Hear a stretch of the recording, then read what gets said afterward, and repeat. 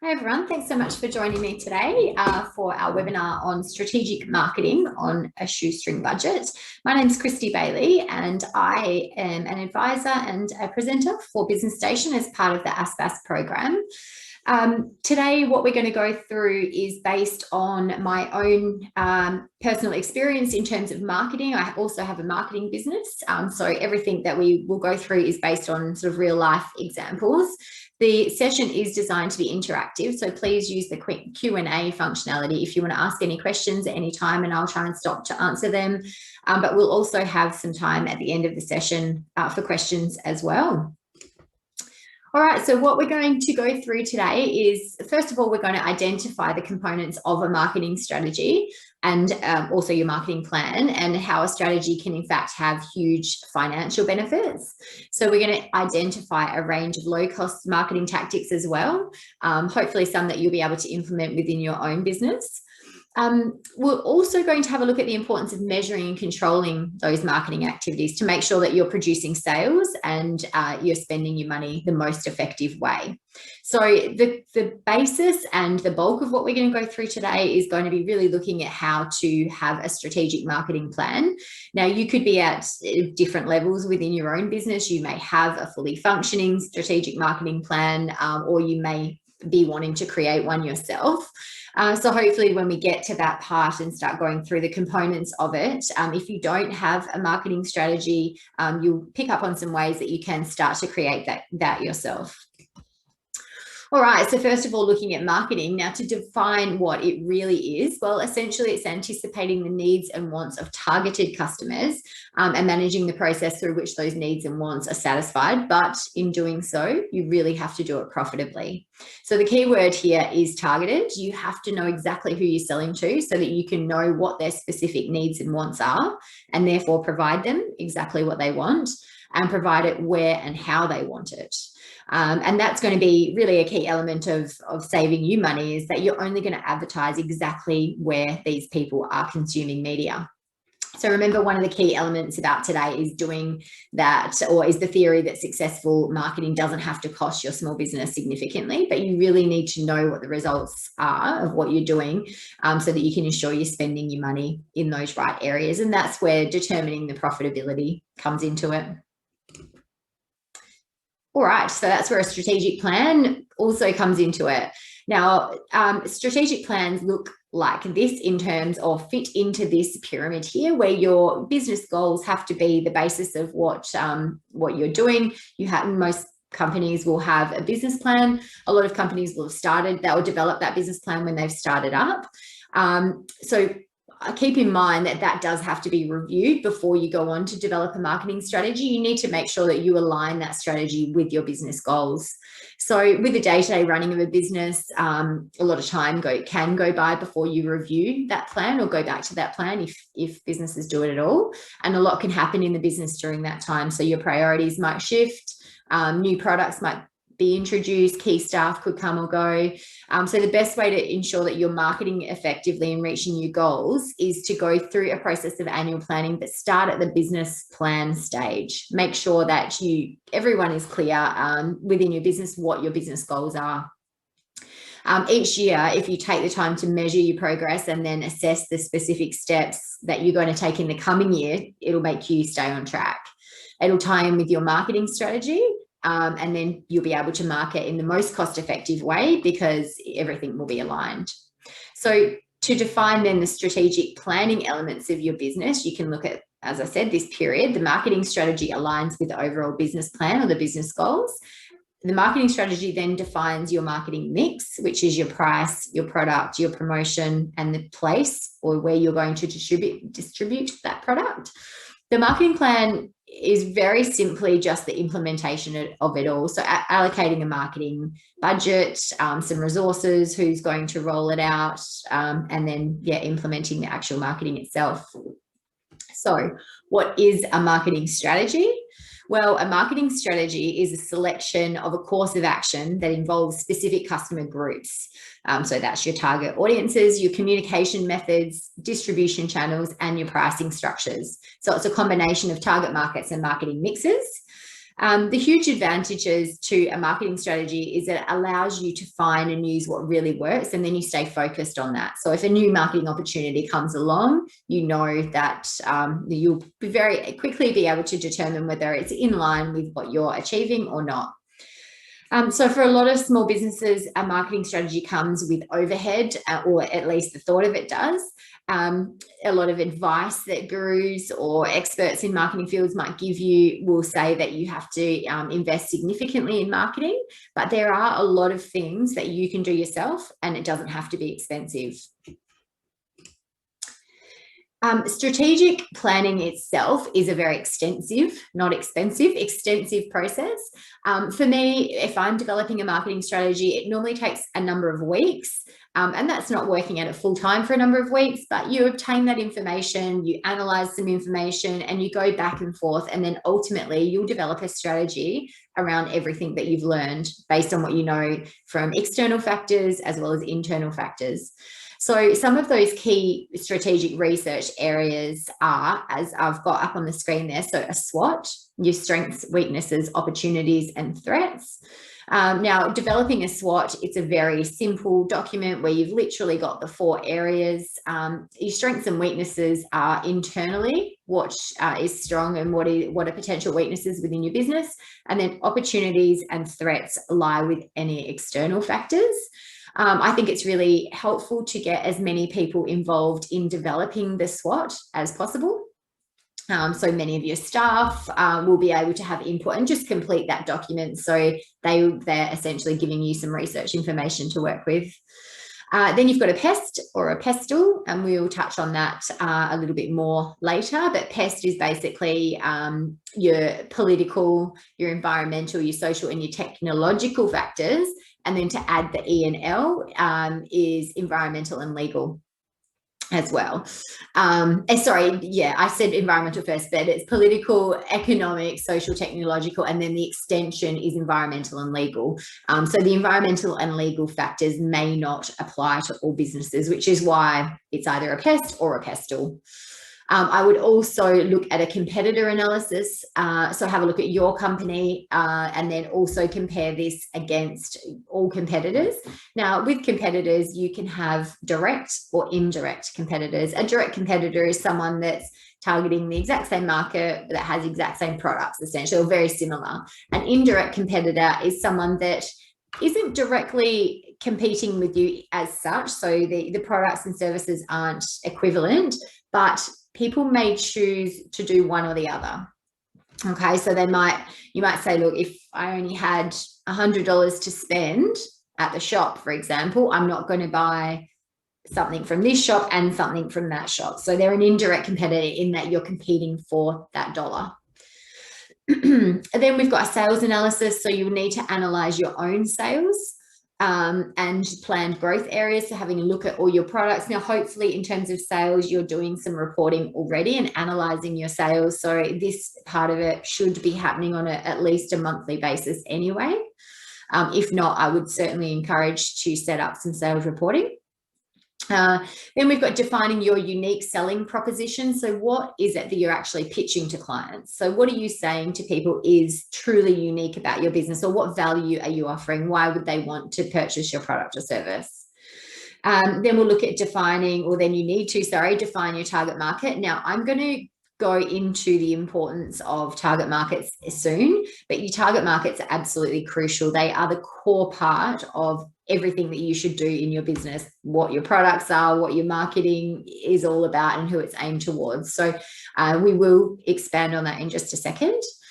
Then you'll have a look at your marketing mix, which is the 4 Ps I mentioned earlier: your price, product, promotion, and your place or your distribution. Your strategic or strategy research area will also be financial, your budgeting.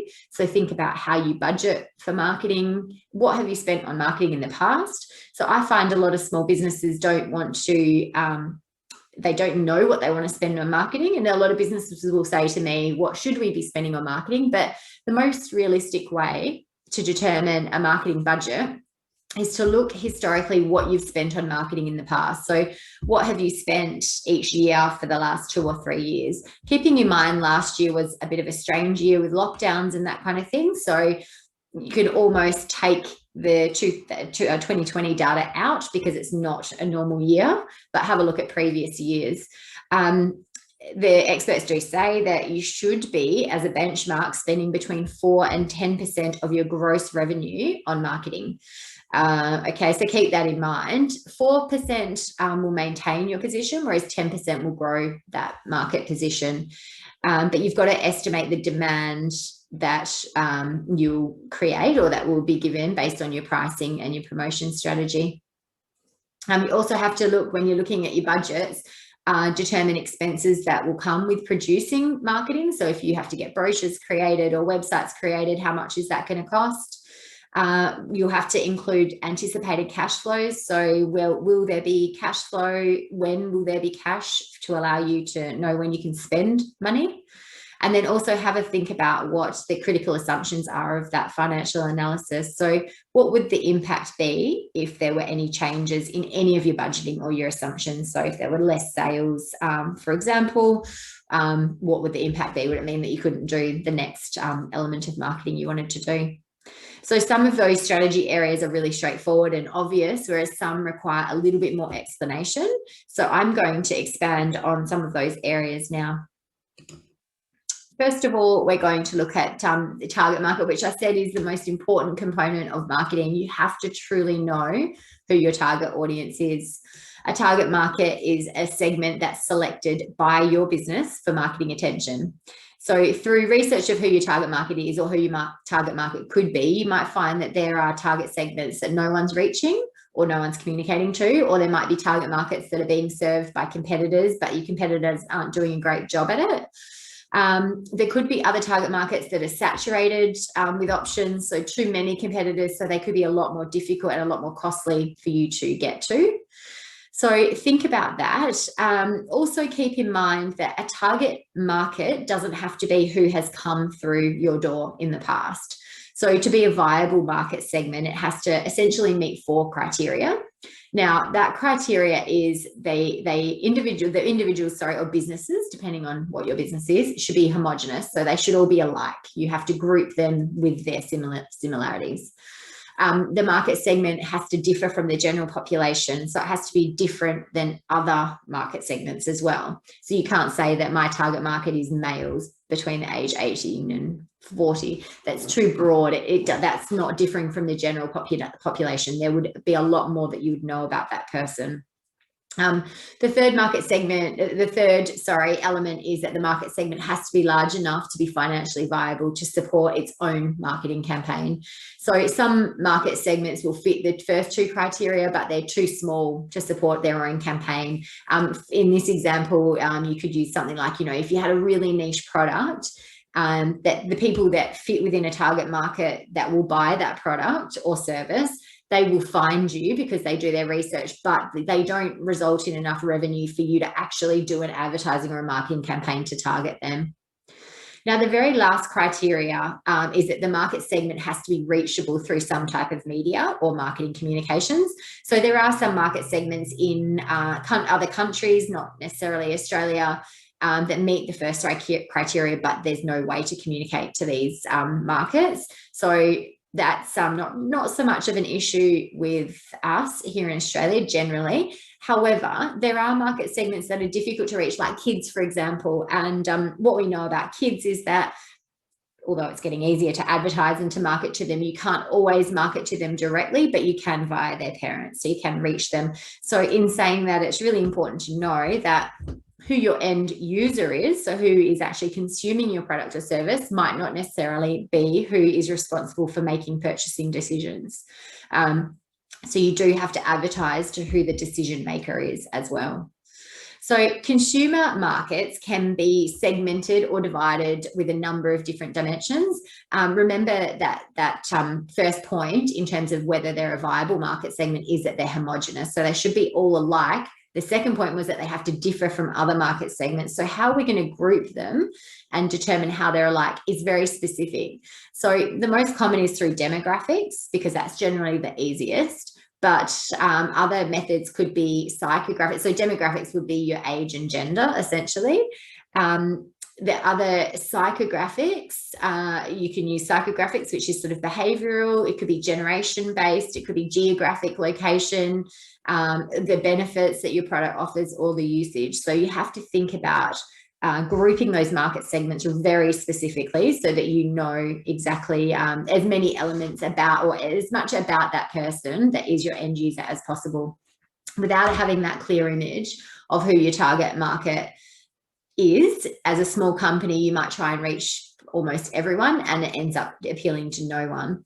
So you have to be able to describe that person, even visualize them. Once you know that everything about them in terms of who they are, how old they are, what their gender is, what their their salary brackets are, where they are geographically, you'll know exactly where they consume media. And on top of that, you'll know behaviors and interests and that kind of thing. So that'll allow you to place your advertising exactly where this specific individual is consuming media. And that's where the cost savings come into it, because you're not putting your ads in lots of different areas. You're putting them in the one area that you know is going to be where your customers are actually consuming the media.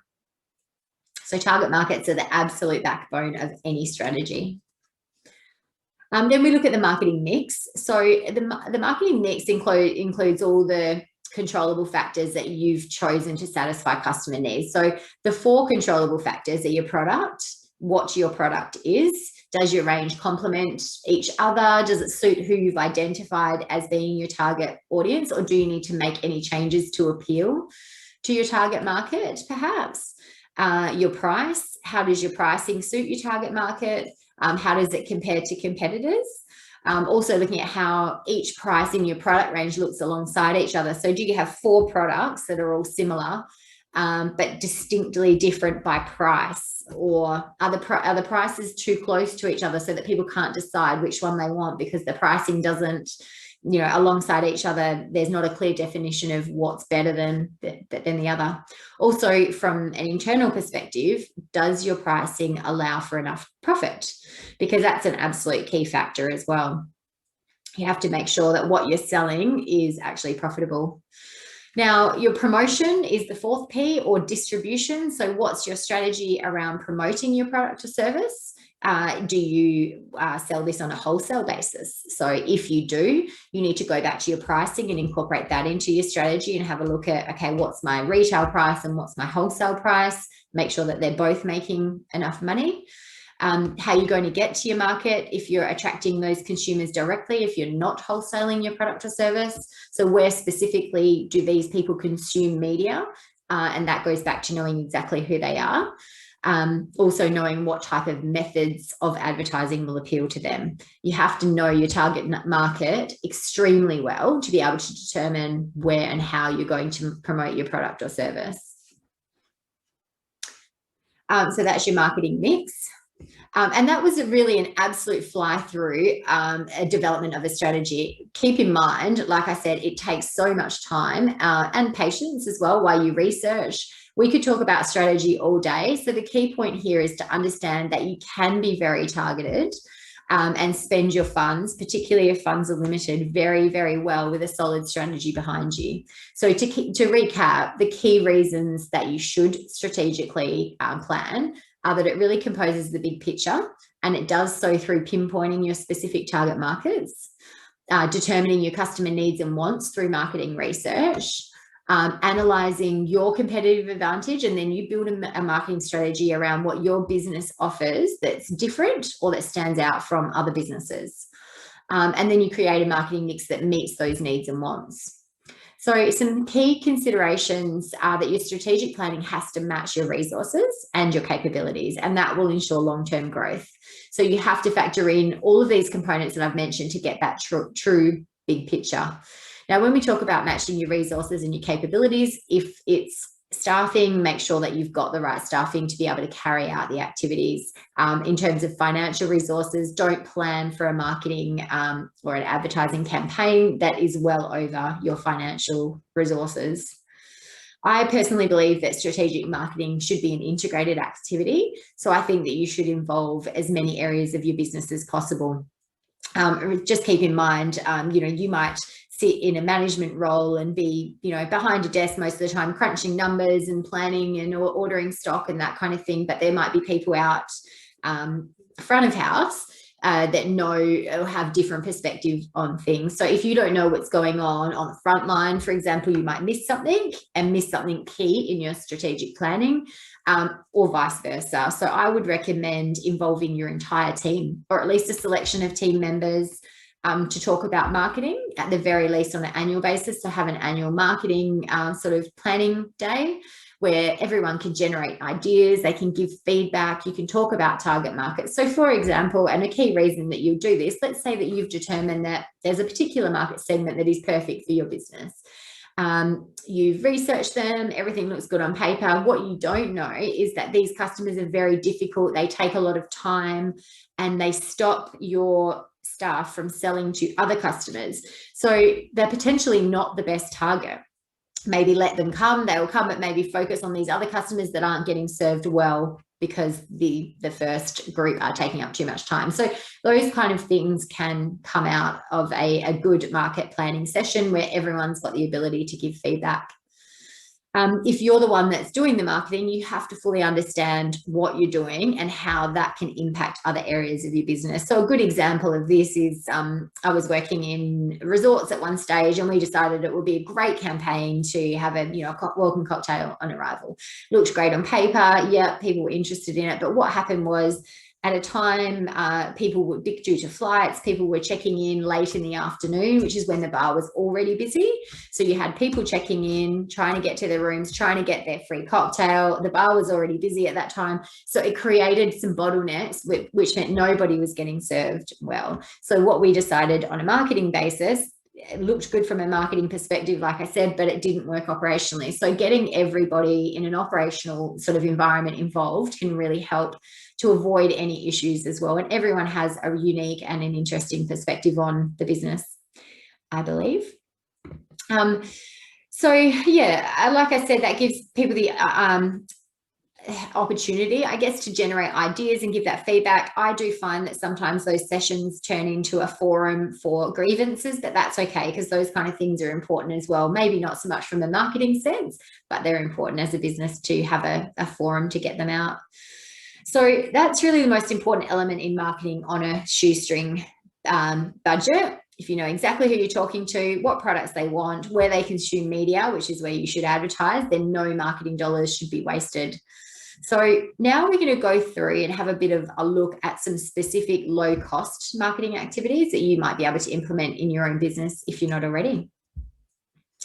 So if we've done the research, we know our specific audience, you're targeting your advertising towards this audience and where they consume media, then I think there's some essential low-cost marketing activities. Now, those would include, for me, making sure that your online setup is 100% solid. So your website, think of your website as your 24-hour day, 7-day-a-week salesperson. Make sure that your SEO is working in terms of your that search engine optimization. So make sure that you are ranking well for key search terms. Make sure that you're looking, if you're not doing any online advertising, at the very least, you should consider doing remarketing. Now, remarketing is, and we'll talk a little bit more about this, but remarketing is essentially where people come to your site, they get tagged with a little bit of a tracking code, and then when they go to other sites, your ads can appear. So you don't pay for that until they click and then they go back to your website, but we'll talk a bit more about that. I would also really encourage you to be getting referrals and reviews online. So make sure that you're also listening to those reviews. So set up alerts and respond to any reviews or comments that are put online, whether they're positive or negative. Now, with your Facebook and TripAdvisor or Urban Spoon, Booking.com, all of those ones, you can actually get alerts so that you know when a review is being made.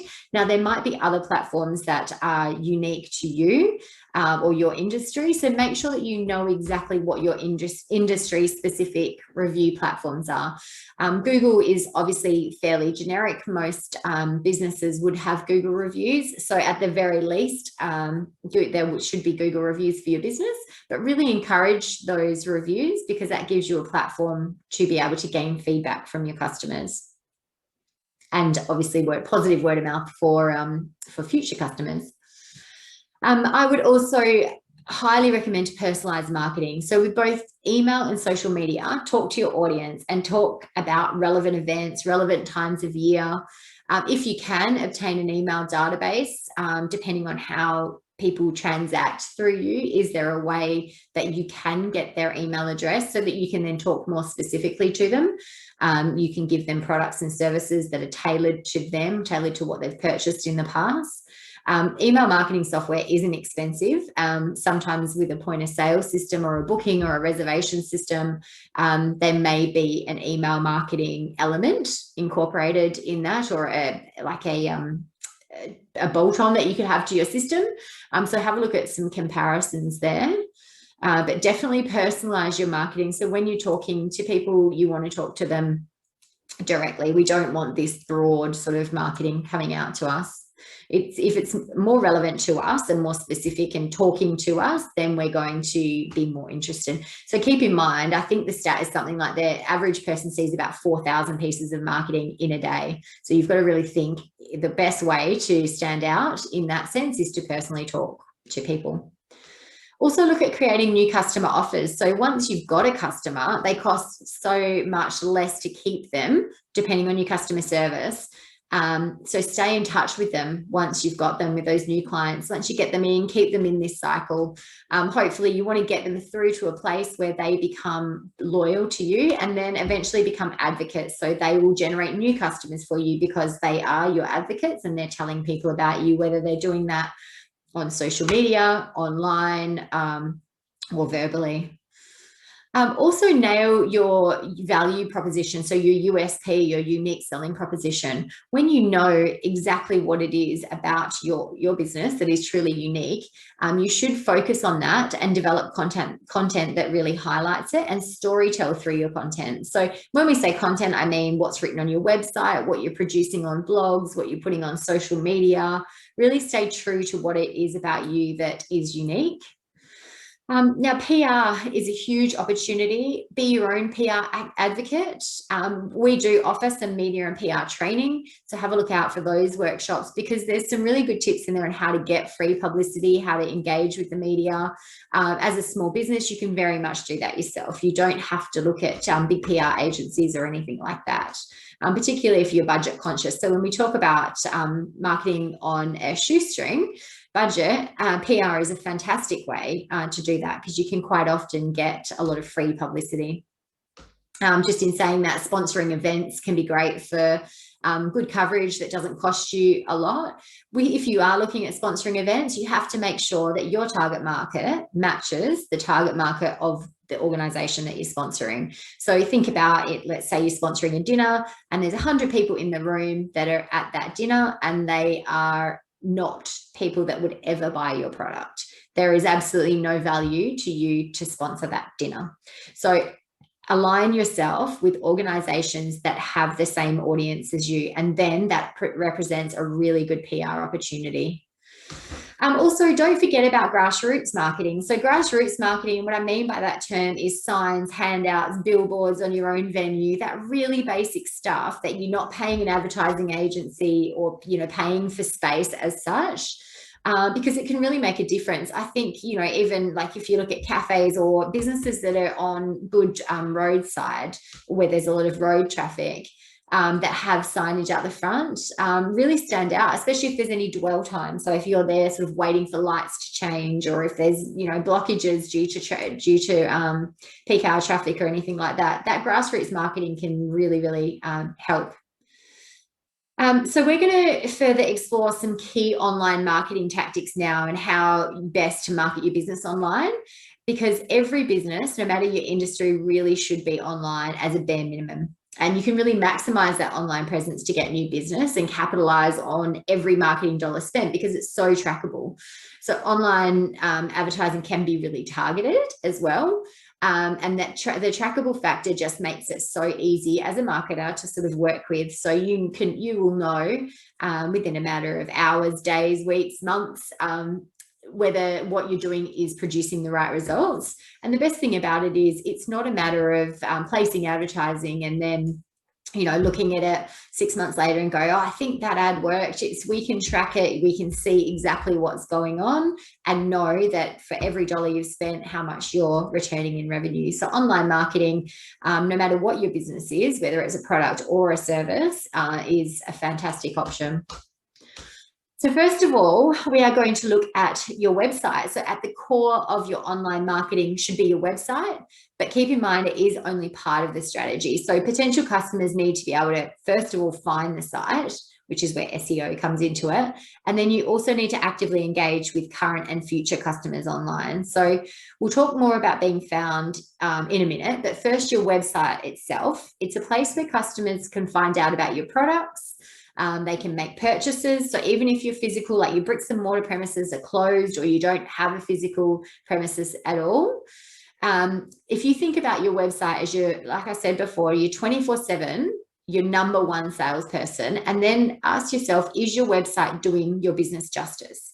Is it selling your product or service as it should? Now, I personally find that a lot of small businesses really let themselves down here through having poor websites with limited functionality, old or dated information. So really go onto your website at the end of this session, have a bit of a look and say, look, if I'd never come across this business before, what would I think of them? Because we're very quick to judge. First impressions are made within only a few seconds, essentially. And that first impression can really be based on your website. So some key web design elements to consider are looking at whether or not you have good imagery and whether I think large hero images really work, but they have to tell the story of your brand. So again, with small businesses, a lot don't focus on photography. It is absolutely worthwhile getting a photographer to get some key images of your product or service with people in it, so we can, and obviously if you've got people in your photography, it has to be your target audience because you're speaking directly to the people that are purchasing your product. But some engagement there is really important. Images are great because we don't have to think. So I can flick onto a site. I've got that 3 to 7 seconds, I think it is, to make a first impression. I'll have a look. That's the images that are going to get me in that 3 to 7 seconds. It's not going to be any words. So also having a look at your navigation. Is navigation easy? Have you tested it? So have a look at maybe testing it with friends or family. Tell them, give them some instructions. So I want you to go and find our address, or I want you to buy something. I want you to buy 3 products, and just watch them go through the process and see how easy or hard it is. The purchase process is going to be a lot more user-friendly if you limit the amount of work someone has to do, and it's going to be a lot more successful as a result. Also on your website, are there strong calls to action? So is there the shop now, the buy now, the call us? So you need to tell people what to do and don't make it hard for them.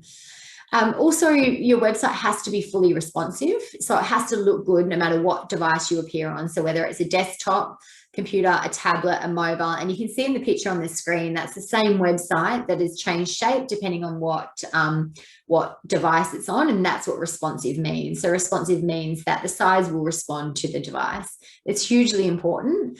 Through looking at your website statistics, you'll be able to see how many people access your site through mobiles or on a desktop, so you know what the majority of your people are doing and how they're and what sort of devices they're on. But the experts say now to build websites for mobile first and then worry about what it looks like on desktop later, because there is such a huge trend towards people searching online. Now, on your site, is there also plenty of content? So can customers get the information about your business on your website, and does the content flow? So remember, this also helps with how well you rank, so your SEO, which we'll talk about next, but Google needs that content on the website to understand what your website's about and therefore determine how well you're going to rank. So although imagery remains really important to sell your product and give that first impression to customers, content is a fundamentally important element of success for your Google results, so your SEO. So also keep in mind that everything about your website should be speaking to and aimed at your target markets. And you're going to get sick of me talking about target markets by the end of this session, but it's absolutely crucial. So hopefully you understand that, the importance of that. So it could be the design, it could be the colors, your fonts, the technology and functionality, absolutely everything. It's about who you're aiming your marketing towards. So going back, to defining your target market, and then everything flows from there. So having a great website is one thing, but like we just said, people need to be able to find it. So that's where SEO then comes into it. Now, I've used the term SEO a couple of times. It is search engine optimization, but in very simple terms, it means the process of improving your site to increase its visibility, for relevant searches. So for SEO to be effective or worth your while, keyword research is really key to that. So do keyword research before you do any SEO or make any changes to your website. So what keyword research is, it's knowing what people are actually searching for to get to a site like yours or to a company like yours. So keyword research will basically, to do it, you need to do some brainstorming and think, okay, if I was going to buy from company X, what I would search is this, this, this, and this. Make a list of about 15, 20 different things if you can. Then you can use a tool called the Google Keyword Planner tool. Now that's available in your Google AdWords account. But what the Keyword Planner tool is for, it's for if you're planning advertising, you can enter a term and it'll tell you how many average monthly searches there are for that term. The reason I like it for keyword research is because you don't then necessarily have to place advertising, but it tells you how many searches there are for a term. So the first step is to know that there's enough people searching terms. So I might look for Perth hairdresser or something along those lines, but then I'll go into my keyword research tool and realize that there are not enough searches for that term, and it's hairdresser in Perth is the actual term I'm looking for, and that has a lot more hits on it. So that's what you want. You want the terms to be specific enough so that if people come to your business, they will purchase something, but you don't want it to be too general, but you want to know that there's search volume there. So keyword research proves those search volumes for specific terms, and also gives you some recommendations on what else you could use. But then the next step is for your website to improve its ranking for those key search terms in search engines like Google. So good SEO is basically a combination of hundreds of different tactical efforts. So it changes and evolves so quickly. So you could be ranking well one day, and then there's a change of algorithm that changes things. So you do need to really look at this continually and look at how well you rank, and continually fine tune what you're doing from an SEO perspective. So SEO does take time. It generally takes about a couple of weeks to a month before you start seeing any results once you've made changes. And because it is continually changing, you need to keep up with any algorithm changes that you have. So go and following a few different like SEO sort of expert pages. They have blogs and they'll tell you predictions and that kind of thing. So SEO, and I'm going to go into it a little bit further, but it includes on-page and off-page optimization techniques. So first of all, we'll look at on-page optimization techniques. So on-page SEO is everything that happens on your site that affects the ranking.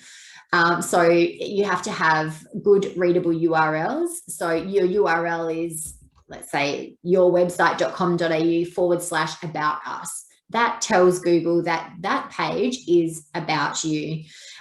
Sometimes when you create a website, it'll give a code instead of calling that page about us. So it's really important that all of your URLs on every single page of your website are descriptive about what the page is about. Good internal links as well. So linking page to page, linking relevant content. So your homepage might talk about your product range. It might talk about, let's just say you had cosmetics. It could talk about makeup, and it could talk about, you know, I don't know, there could be foundation, eyeliner, that kind of thing. So when you talk about it, you link to that particular page on your website.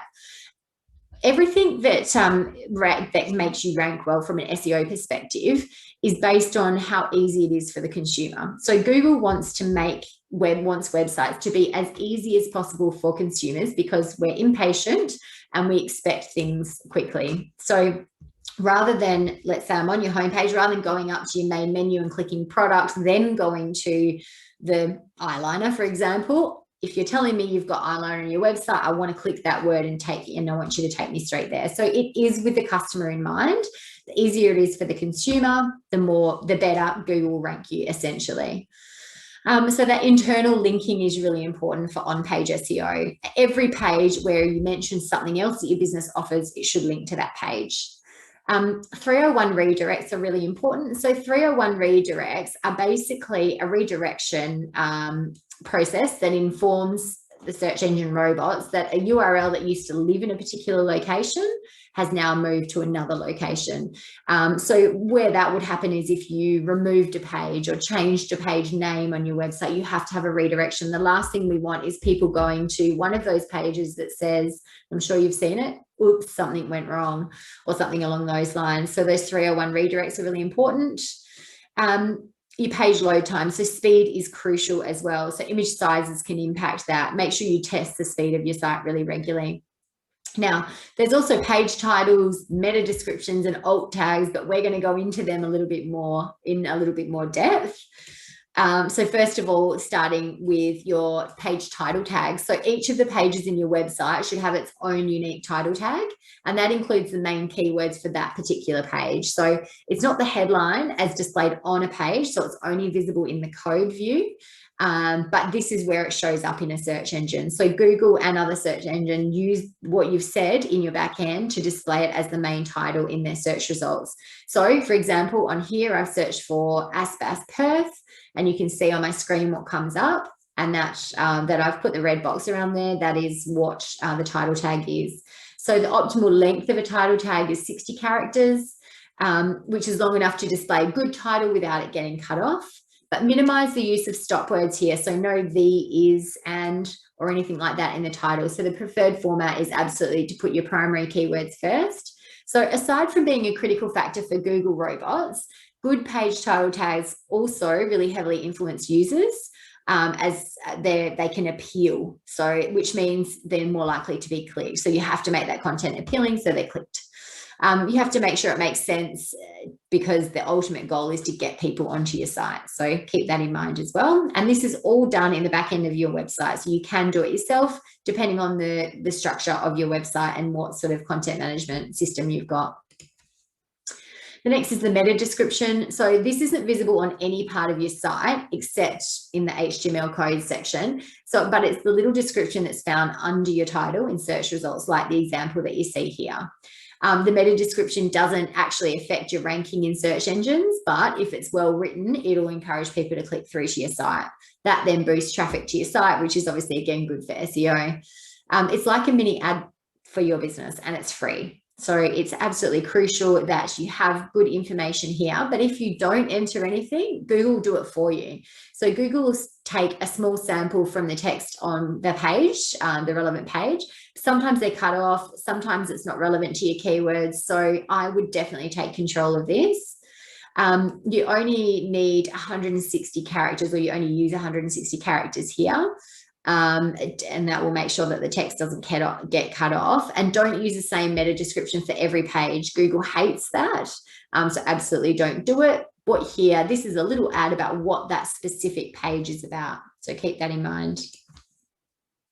All right, now looking at both alt tags and heading tags here. Alt tags on the left-hand side are used for images. So they're HTML tags that you can use to describe what that specific image is. Search engines can't see an image, and so without a description, if they're crawling your site, trying to work out what your site's about, without a good description in here, they don't know what the image is about or if it's relevant. So if Google robots can find your image because it's correctly labeled, then your images will appear in the Google Images search, for example. So it's a really good idea to include local keywords or the title of the page with keywords that you're trying to rank for, because it has quite a bit of weighting. Now, on the heading tag side of things, heading tags are really important for SEO because they help both the reader of your content and also the Google robots to determine what content is on your page and how important that content is. So web readers glance over a page and the size of the headings are really important to draw their eyes to specific topics. Search engines use heading tags as indicators of context as well. So what the page is about and how does it relate to what the user is searching for. Heading tags carry different weights depending on which of the tags they are. So H1 tag being the most important and the main page heading. So you have to try and think of the headings in an order. So H1 would be what the entire page is about. Then your H2, your H3, your H4 would be what that particular section or paragraph is about. So keep that in mind. And then the higher the number, or the smaller, as you can see on my screen, the least importance it has. So that's a really easy win. And again, you can do that in the back end of your system. So that's your on-page SEO. Now you've got off-page SEO, which is also called off-site SEO in some circumstances. Now this refers to any actions that are taken outside of your own website to impact your rankings within search engine results or search engine pages. So off-page optimization should really make up a large majority of your SEO strategy because it helps build the credibility of your website. So you want your website to rank above others with similar message. So to do that, building your website's authority really helps. And you do that through link building. First of all, link building is the process of getting an external page to link to a page on your website. So building links can be complicated. It could also be time consuming. And not all links are equal in their value to you. So a link from an authoritative website is really going to make a much greater impact on a search engine results page than a link from a newly built or a low quality site. So thinking about a bit of an analogy here, who would you trust more to give you legal advice for your business? 20 strangers or 2 qualified lawyers? So if you think that, so chances are that you're going to trust the advice of the lawyers over random strangers. So even though you're not getting as many opinions, you know that the lawyers are educated, so their advice carries more weight. So the same applies for your Google search engines. The Google bots will count the links coming into your website, but they don't consider them equal. They'll give more weight to quality links and rank that accordingly. So if your site has 100 poor quality links and your competitor has 15 good quality links, chances are that your competitor will rank higher than you. Keep it all in mind also that Google has become really good at spotting a scam, because there used to be ways that you could buy links. So for $500, you could buy, let's say, 5,000 backlinks to your website, but Google is all over this. So a good quality link absolutely has to come from a trusted and a reputable site, or a site that's related to your type of business.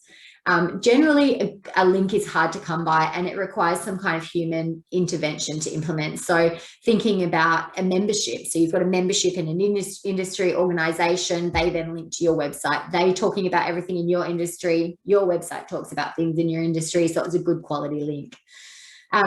Generally with links as well, they should be on a page that has content related to what it's being linked to. So if you have a news article that talks about a particular product, rather than linking to your homepage, that link should go straight to the content that relates to that product.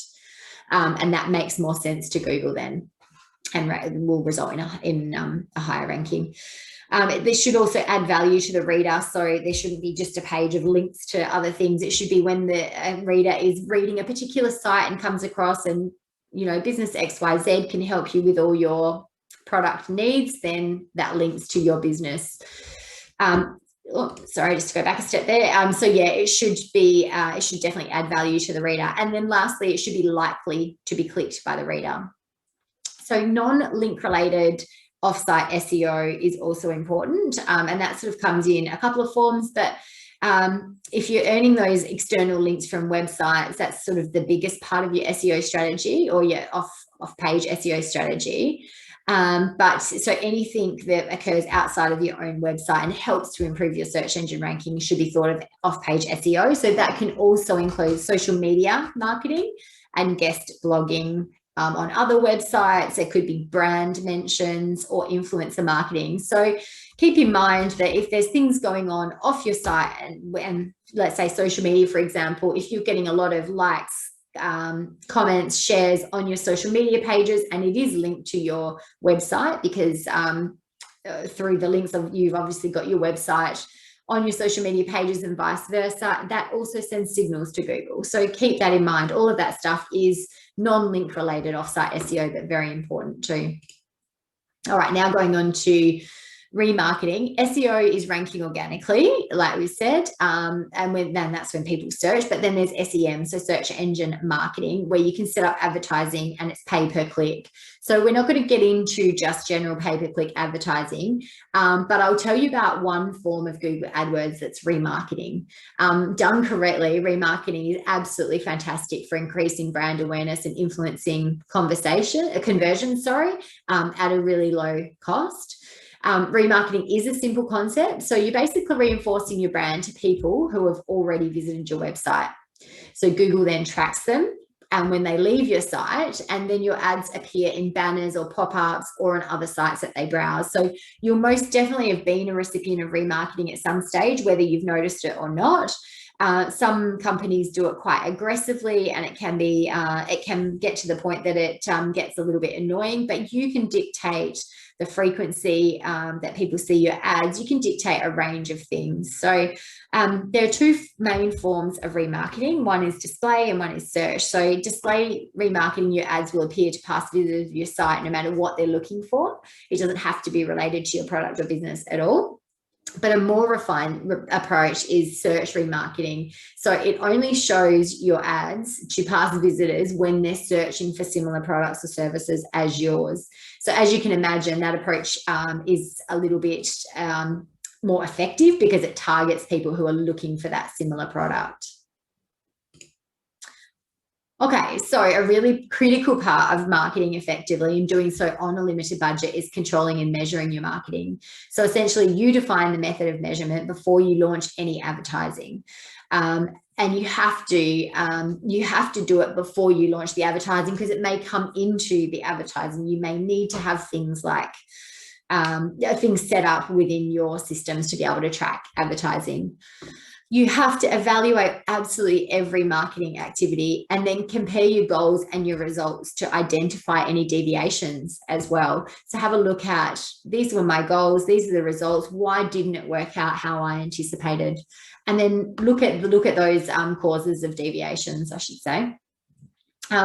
Then formulate new plans and actions. So I would correct any problems once you've identified what they are, and then exploit opportunities. So you could have seen that you had a budget of, X on a particular campaign. It's going extremely well.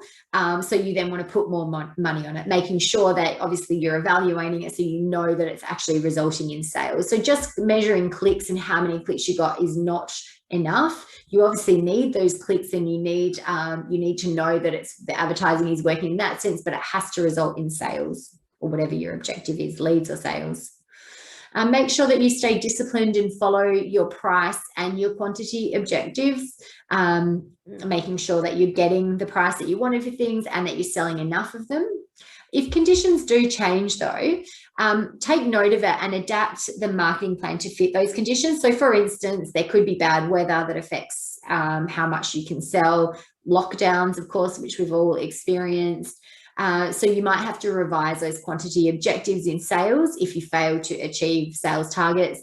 In the case of things like lockdowns, as an extreme example, you might have to pause campaigns because there's no point spending money if someone can't get to you if you're a bricks and mortar sort of store. So you really have to react quickly to any campaigns if conditions do change. And keep in mind that the best marketing plan is one that's reviewed very often. And then when you've learned lessons from one year, make sure that that information is carried over to the next year as well. Okay, so you might be wondering what to measure. Well, I would recommend at a minimum that you set up some monthly reporting. Now, that monthly reporting should measure your sales and leads, so your total sales, your specific products and services, or sales of specific products and services, the cost associated with acquiring the leads, so your marketing spend, and then your conversion rates on leads. So how many leads did you get versus how many sales did you make? Web statistics are also really important. So looking at your unique users. So unique users will tell you exactly how many real people came to your site, which is a really important statistic. You can compare your users to your website sales to get an idea of how well your website converts visitors. Then you've got sessions. Now, the session stat is similar to unique users, but this could show one visitor returning to your site multiple times. So it's a good stat to measure when you're measuring how people use your site. Don't think though that sessions can be used to measure your overall traffic. I would definitely I would be looking at unique users. Average page views. So page views is a good one. That's a good way to measure how deep users are going into your site. So how many pages have they viewed overall? If you've got a broad range of content and information and your average page views is 2.3 pages per visit, for example, then that might not be enough, or the average person may only go to a couple of pages. So have a look. Based on how many pages and information you have versus how many pages they're going to. Goals and conversions, if you have them set up, are really good to measure as well. But keep in mind, so goals and conversions you can set up through the Google Analytics area, that you can essentially measure goals such as, if someone clicked your phone number to call you or completed a contact form on a contact page, and then you can set up things like actual sales. So that's really important as well. Referral traffic, I think, is really interesting, and that's where your hits have come from. Referral traffic will show you, let's say there was a news article about you, it'll show you how many hits you got from that particular site. So this is really important for your off-page SEO. So how many clicks are you getting from other sites to your site? Social media stats are also really important. But I would look here at engagement. So we don't want to see really, the number of followers you've got or anything like that. It's really going to be more so about engagement per post. So how many people commented and shared, and how engaged were you? Keeping in mind that you have to be engaged with them too. So that's just a few. There might be more metrics that are relevant to your business, but have a think at some monthly, or at a minimum, I would say monthly reporting of this information. If you've got campaigns in market, I would suggest that you're looking at them a lot more regularly than at the end of the month, just to make sure that they're tracking okay. All right, so that wraps up the session on strategic marketing on a shoestring budget. I hope it makes sense, and I hope there's things that you can take out of it to improve your marketing and implement some of those things that are going to save you money. Keep in mind, strategy sits behind it all. So the last things that we spoke about are just some cost-effective marketing tactics, or low-cost marketing tactics, where a strategy is going to make sure that every single dollar you're spending effectively. Thanks so much for your time today. If you do want to know more, you can always book a one-on-one appointment with me or any of the other advisors. We do also have a really good range of other webinars, so please join us for one of those.